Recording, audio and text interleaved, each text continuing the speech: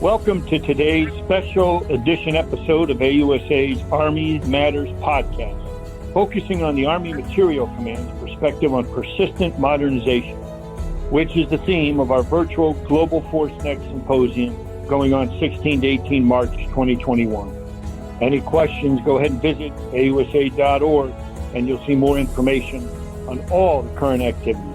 This is General Retired Bob Brown, AUSA's Executive Vice President, and I'll be serving as your host. To address this subject today, we're very fortunate to be joined by an exceptionally qualified guest, General Edward Daly, Commanding General of the Army Materiel Command, which develops and delivers material readiness solutions to ensure globally dominant land force capabilities. General Ed Daly assumed duties of the 20th Commanding General of the U.S. Army Materiel Command on July 2nd, 2020. And General Daly served 3 years as a Deputy Commanding General of AMC in his previous assignment. He managed the day-to-day operations of the Army's logistics enterprise and also served as the Senior Commander of Redstone Arsenal, Alabama. He served as the Commanding General of Army Sustainment Command of Rock Island Arsenal in Illinois and as AMC's Deputy Chief of Staff, overseeing the roles and functions of the headquarters staff. General Daly, welcome to AUSA's Army Matters podcast. Hey, sir, thanks for the opportunity to spend time with you today. And I would be remiss if I didn't start by thanking AUSA for not only what you've done, but what you continue to do for our Army. And I'm really looking forward to AUSA next week. I know we've got a great plan for the 16th to the 18th. And so I'm really excited about it. And hopefully we'll get a chance to talk a little bit about what's within that schedule for those 3 days. Thanks, Ed. Appreciate it. And thanks for your tremendous teamwork and all you're doing at AMC, such a critical role for our Army and our nation. So let's start right off with the theme for Global Force Next is protecting tomorrow through persistent modernization. And how do you describe persistent modernization, why it is important to the U.S. Army? Well, the Chief has spoken about this several times. And as you know, for the past 100 years, we've really undergone modernization efforts for our Army about once every 4 decades. We did it around World War I, interwar period, World War II, the 1980s with air-land battle, the Big Five. And now we're in the 2020 timeline where we're modernizing the Army again. And as you know, the way the Chief has described it is it's been discrete for the last 100 years, but going forward, really based on innovation and pace of technological changes, and really based on the operating environment and the changing threats, we don't have the opportunity to really be discrete any longer. We have to be more persistent in our modernization efforts. And I know Mike Murray probably talked about this as well. I know he probably talked about some things in terms of mindset and how we upgrade the speed of acquisition and how we modernize, continue to in stride modernize equipment. So I think that's important going forward. When I look at it from the sustainment warfighting function perspective, I think it's much of the same. And I really look at it through 2 lenses. One is through the Army Materiel Command lens, and there are certain roles and responsibilities that Army Materiel Command has. And then my role as one of the senior Army sustainers to ensure that, again, from a sustainment perspective, that we're looking out to 2035 and beyond, but looking at how we're not discrete and deliberate, we're more agile and persistent in how we approach our sustainment capabilities. And so when you look at from an Army Materiel Command perspective, the Army has said that AMC is responsible for sustainment with regard to modernization and the enterprise in terms of strategic divestiture, we're the lead. But then we also have a huge supporting role with FORCECOM in terms of force employment, and then with Army Futures Command and TRADOC from a standpoint of development and design. And so as we look forward, we've got to juxtapose both of those so that, one, we're looking across the battle space. And when I say across the battle space, what we really mean is persistent modernization from the strategic support area, installations, post camps and stations, and depots, arsenals, and ammunition plants, all the way to the tactical battle space. And as we look at that, I think it's really, really important to stay focused on what we can do to enable the capabilities of the future battlefield. We can't be enamored with sustainment responsibilities, functions, and capabilities as it stands today. We've got to be looking to the future. Really, from a sustainment warfighting function perspective in the tactical battle space, how do we improve our ability to support and enable operations? And really what we're talking about there is, as you know, extending operational reach in the tactical battle space and ensuring freedom of action and prolonging endurance, not just for the Army, but for the joint force and partners. And so that's kind of where we're focused. And that's how we, in context, look at persistent modernization with the lens, from my perspective, on sustainment. Great points there, Ed. And as you were describing that so well, I just kept thinking, boy, if you don't have agile sustainment, you're certainly not going to have agile combat operations. You know, the sustainment is absolutely the key part. Really appreciate the thoughts there. How, as you look, with Global Force Next, what are the objectives you have for it, and what constitutes a successful outcome for America's Army and those who support it? Well, first is, I think there's some lessons learned even to this point. And the great thing is that the chief and the secretary have a great vision. And so the lessons learned so far is the importance and value of Army Futures Command. I would say that's the first and foremost. And embedded in that is Army Materiel Command and the sustainment community's continued integration with what Mike Murray and his team are doing at Echelon. And so that really ranges, in my mind, from the Life Cycle Management Commands, that's Tank Automotive Command, Communication Electronics Command, Aviation Missile Command, making sure that their efforts from a standpoint of sustainment are integrated with not only the cross-functional teams and the modernization efforts and what the CFT is spearheading in terms of the 31+4, but also the program executive offices, right, the PEOs. And so I think a good example of that is with Future Vertical Lift, where AMCOM is working directly with CFT Future Vertical Lift and PEO Aviation to get ahead of the sustainment reliability pieces in terms of reducing sustainment costs, in terms of increasing quality, going after the right tech data packages as we figure out the way ahead, improving capabilities, looking at long-term life cycle sustainment planning. All that is absolutely critical, all the way up to the collaboration from a standpoint of the sustainment warfighting function that I think is important. And that really leads me to my next point, and that is that, many have asked me and said, hey, why don't we have sustainment cross-functional team? And the answer is we don't need one. We're getting the right effects collaborating with Army Futures Command and TRADOC right now. And I feel very, very comfortable that from a sustainment warfighting function, not only are we embedded with 31+4, the 6 modernization priorities, but really also we're looking at sustainment, how it should look in 2035 based on what the battle space looks like and the capabilities that we need. And so I would just tell you that from a sustainment perspective, I feel very, very comfortable with the S&T funding stream that we have. I feel very, very comfortable with the RDT&E funding stream, with the procurement commitment. And then, as you know, it's really not just Materiel, but it's also looking across DOTLM PF in terms of organizational design and really doctrine, et cetera. So those are a couple of lessons learned. I think the other key piece is that we have to keep our eye on 2035. The chief has been very, very clear about aim point 2035 and really using waypoints to assess trajectory and whether or not we're continuing to stay on glide path to get to the force design that we're trying to achieve in 2035 and beyond.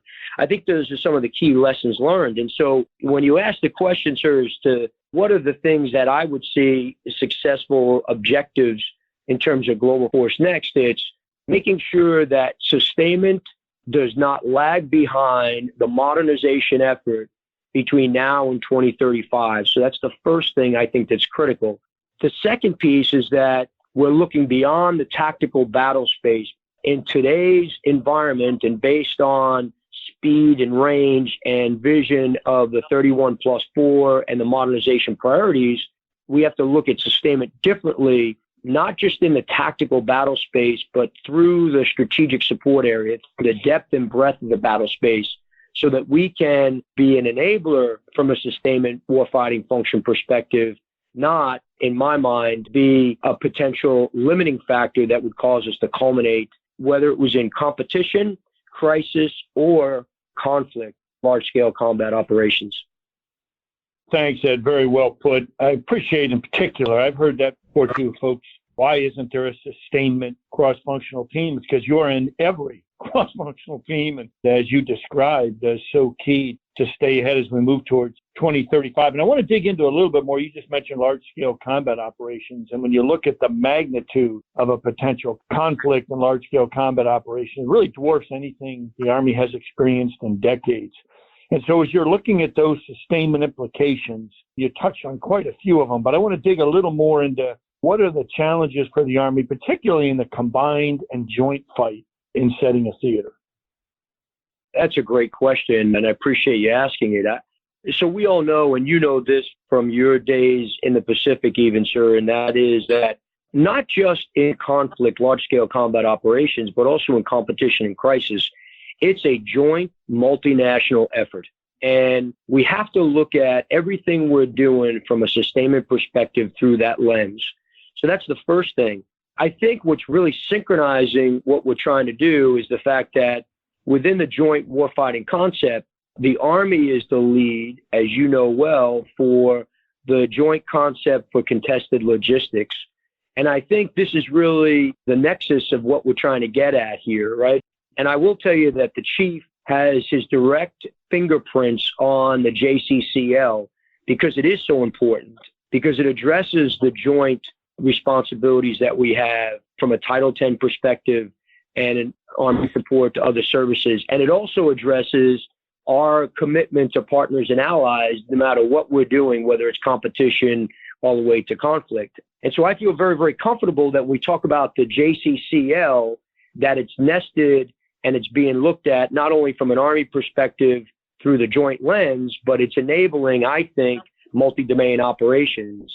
And so that's why I think us having the lead is really an enabling opportunity for us. And when you look at the JCCL, it's very, very critical to a couple of things. One, in terms of assured power projection, and two, sustainment across the battle space in distributed, really, environment. And so when you look at it, we get at forward presence, we get at agile basing, we get at the importance of the industrial base, not just the organic industrial base. We get at setting the theater. We look at acquisition cross-service agreements, the integration and synchronization efforts. It's really a comprehensive look that looks at everything through that joint multinational lens. And so I'm really looking at it from a standpoint of how do I help the chief, as one of the senior Army logisticians, work this effort into the modernization strategy and really make it a cornerstone and foundation of MDO going forward. Those are great points. You know, as you were discussing that, I just kept thinking, how has the development of the Army Futures Command, and as you were mentioning earlier, the close coordination between the two, how has that helped you in that effort with the joint concept for contested logistics? That's a great question, too. I would just tell you, Mike Murray and I and our teams are 100% synced. You know, I like to say 0 mills in terms of our approach. My job is to support his modernization efforts. And the great thing is that he offers some great opportunity for us with his software factory, with his Army Analytics Lab, for us to get at how do we better work the sustainment capabilities we need for the future. The other key thing that I think is absolutely essential and foundational to our approach to 2035 is Project Convergence, not just Project Convergence 21, but 22 and 23, because it addresses the joint multinational piece that you and I just mentioned here. But PC 21, 22, and 23, I think are going to be absolutely critical to the sustainment community. And Mike has been great about working in joint mission threads that are specific to sustainment so we can really develop the needed capabilities for the future. So you look at logistics reporting, and you look at because of increased rates of fire, as an example, how do we get at this enabling of, from a sustainment perspective, to support and optimize the new weapon systems and meet the demands of ammunition and fuel, et cetera. And so making sure that these joint efforts, mission threads, are woven into PC 21, 22, and 23, I think will help us get a better look at what sustainment looks like in 2035 and beyond. And so I think that's absolutely critical. And those are just a couple of examples about how AMC and Army Futures Command are working together. In fact, I just spent time down at Mike's headquarters last week, and we talked through a lot of this. And I would also tell you that I mentioned science and technology, S&T dollars, and RDT&E.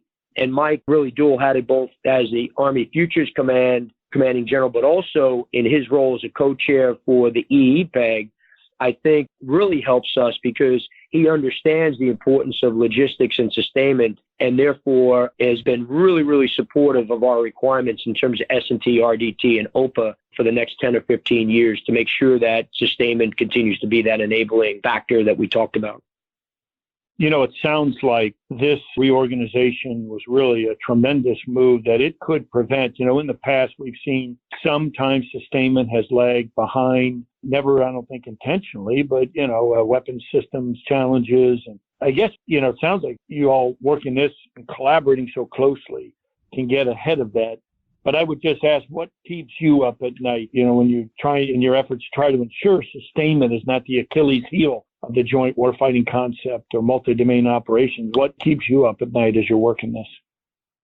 It's not that it keeps me up at night, but things that I don't want to lose sight of is the criticality of making sure that sustainment stays pace with the other modernization efforts. And we talked a little bit about that. The second piece is that I have to make sure that I don't myopically look at the tactical battle space and divorce myself of the conversation about the organic industrial based modernization effort, which I think is critical. And how do we quickly project power worldwide using our Army power projection platforms and mobilization force generation installations, right? Our MFGIs and our AP3s. Because we could do everything we need in terms of the battle space, in terms of capabilities, materiel, organizational design, et cetera. But if the organic industrial base and our installation support lags behind, then we potentially, because of the agility of the battle space, the speed of the battle space from fort and factory to foxhole, that distribution effort, that supply chain has to be faster than ever. And so I want to make sure that we stay focused on organic industrial base modernization and our power projection platforms upgrades. And this has been a specified task from the chief.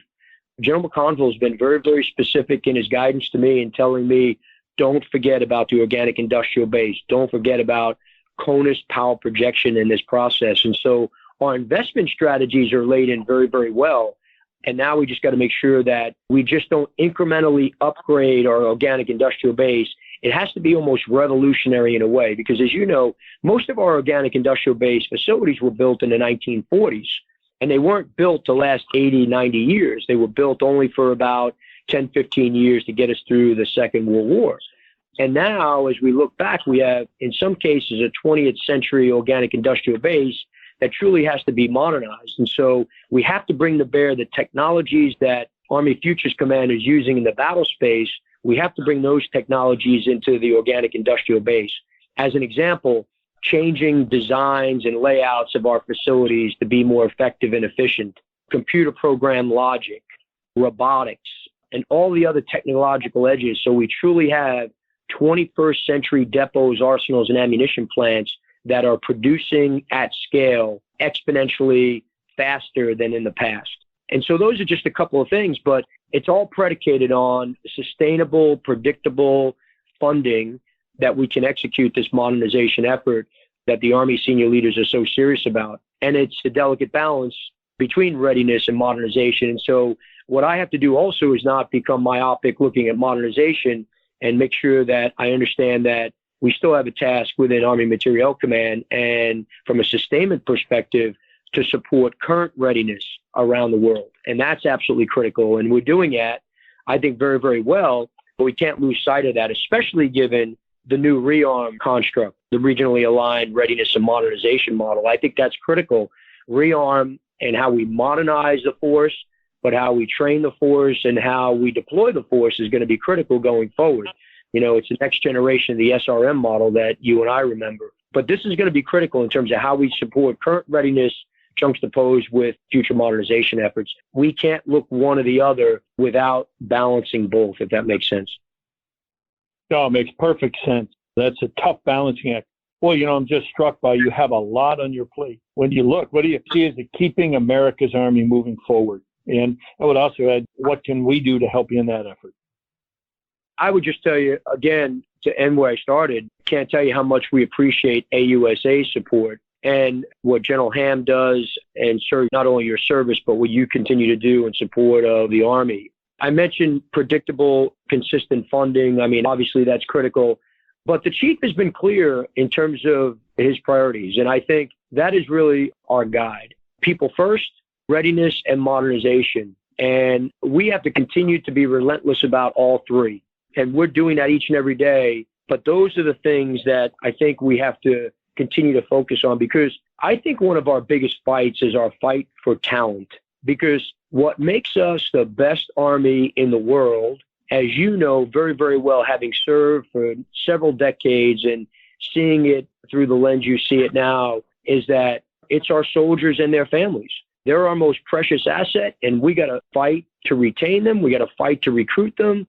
We have to make sure they know how much we care about them. And so whether it's quality of life or putting the best material and equipment in their hands is absolutely essential to showing and demonstrating what our most precious asset means to us. I'll tell you, thanks so much, Ed, for joining us. I think we could have dug into each one of these questions and spent another hour or two on them. It makes me really anticipating Global Force Next. We really look forward to continuing to hear your thoughts in such a critical area.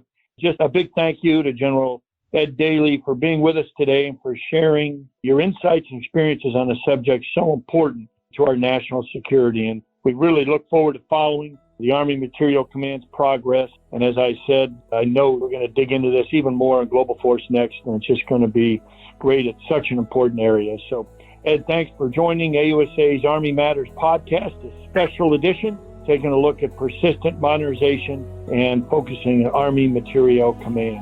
And we look forward to you joining us in Global Force Next. Thanks for your support. To all our listeners, thanks for joining us. Be sure to subscribe to the Army Matters podcast on iTunes and everywhere podcasts are found. The Army Matters podcast series is brought to you by the Association of the United States Army, the U.S. Army's professional association, member-supported, Army-connected.